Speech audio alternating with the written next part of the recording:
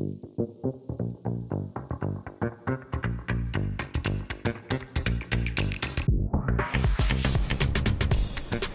everybody, I just wanted to kind of start off by jumping back in or kind of recapping a little bit about what we talked about last time, as far as ADHD symptoms and some of the classroom accommodations.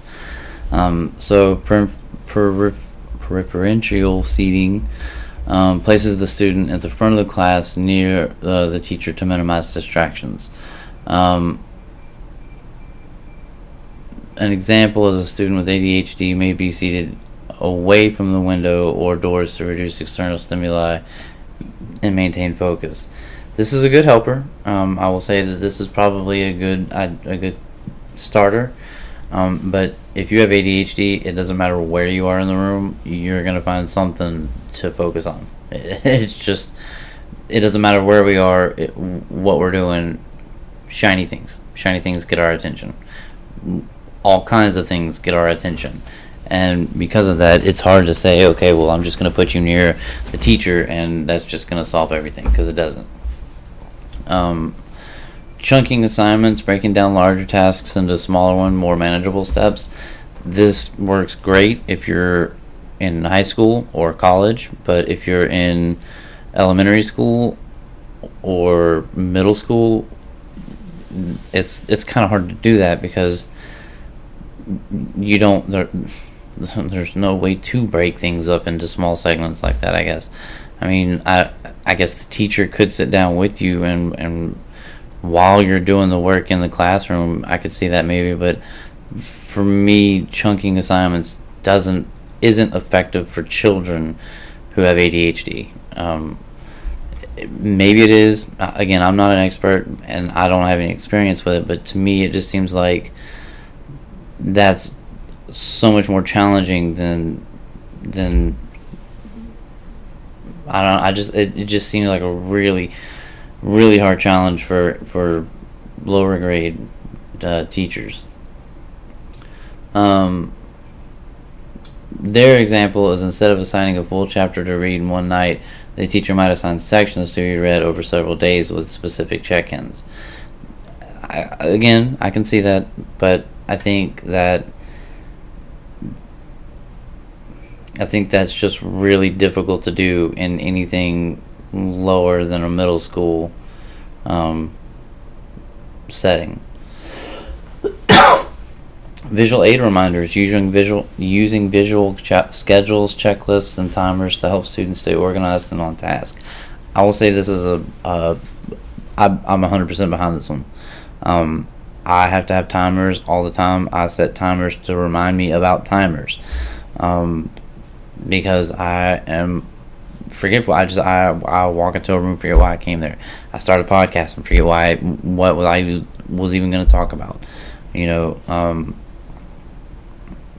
So, and for me, checklists are. Hang on a second. Checklists are essential. These are all my bullet journals that I've been kind of working on over the past couple of years, along with research journals. But anyway, I have to have them.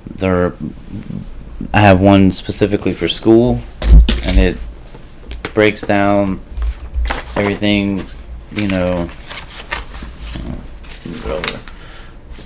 like for this semester, which hasn't even started yet. I've already gone ahead and I've had one of my professors put their syllabus on there, so I went ahead and put out all the assignments that we're going to have for the semester under the month that they correspond to. So that now all I have to do is go through, and as I complete each thing, I'll just mark it off, and now I know it's done. And then I'll do that with every other class that I have when they actually open them up again. Because if I don't have that, I will lose my mind. And I don't mean I just mean that I won't know where to start, where to end. I won't know. My brain just goes haywire. I have to have things neatly packaged, I guess. I don't know how else to say that. Like, I need those visual aids.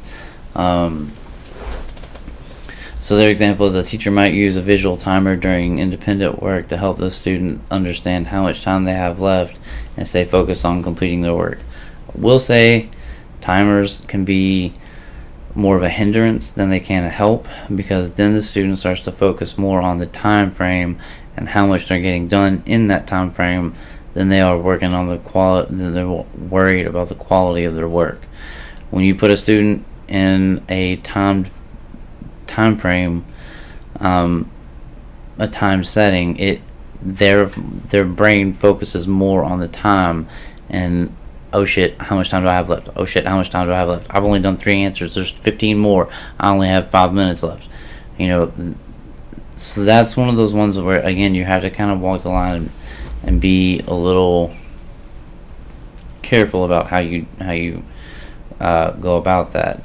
And so which brings us into some behavioral interventions. Some of these, again, I agree with, and some of them I do not. Behavioral interventions, positive reinforcement. So rewarding appropriate behavior to encourage its recurrence. Their example is a student who successfully completes their assignments without getting distracted might earn points towards a reward like extra recess time or a small prize. Again, I love the idea of the risk and of the reward system. But again, I fear that with that reward system comes, well, I'm only going to do it if I'm going to get a piece of candy. I'm not going to do it if I don't get a reward for it, which is kind of counterintuitive and counterproductive to what the whole goal is.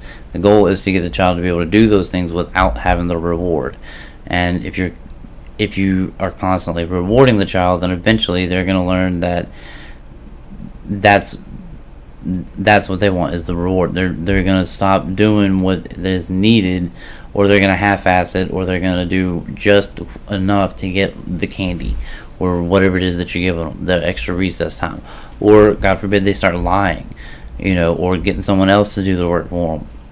A million different things can go wrong whenever you start doing rewards for basic behaviors.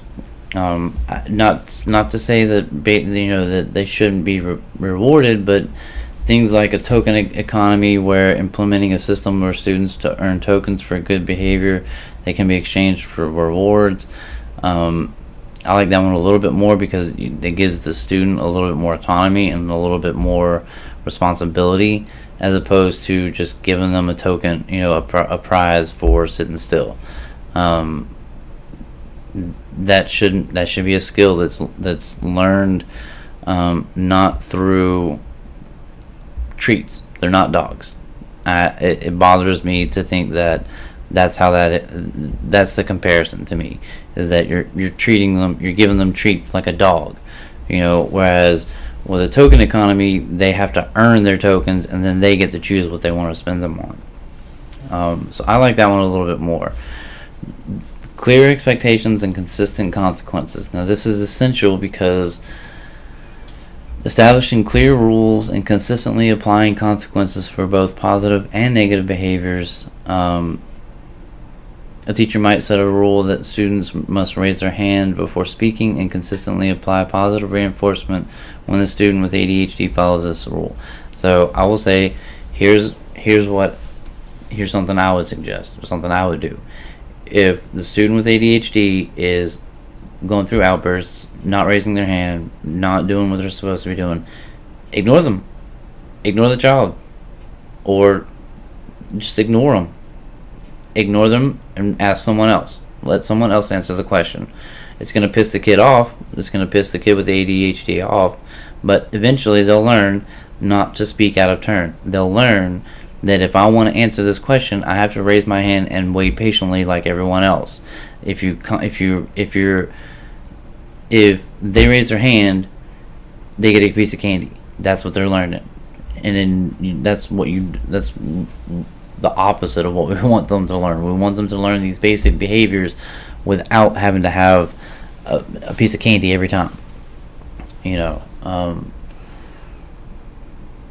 So, and I don't want to make this a very, very long episode because there's a lot of information and so much more to cover on it that I kind of wanted to try and break these up into smaller little segments. So this one I think is just going to be just about over with. Yeah, I'll get into some of this other stuff later. We have a lot to cover. We have a long way to go. Let me know what you guys think in the comments. Let me know how this is helping you. If it's helping you, let me know what I can do to improve. Let me know how you're doing out there. Life has been pretty shitty here lately, especially here where I live. We've gone through Hurricane Helene, and life is still trying to get back to normal. The kids are finally going back to school. Well, they went to school and then they were out again. They went to school for like a week and then they were back out for a break. So yeah, just let me know what you guys are doing out there. Let me know how everything's working. Sorry this episode's so shitty. I have been out of practice for a little while, and I hope it was helpful. Just remember, you don't have to sit in the dark alone, though.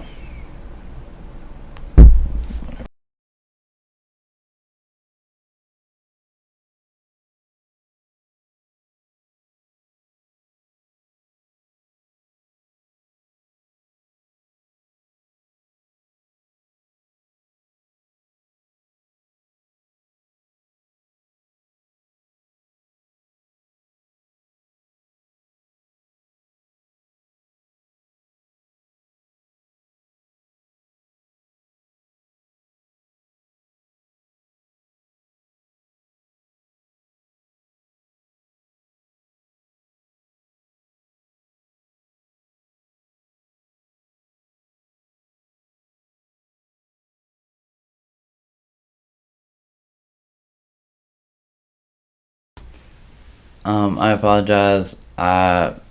This is my first time reading through this, and that's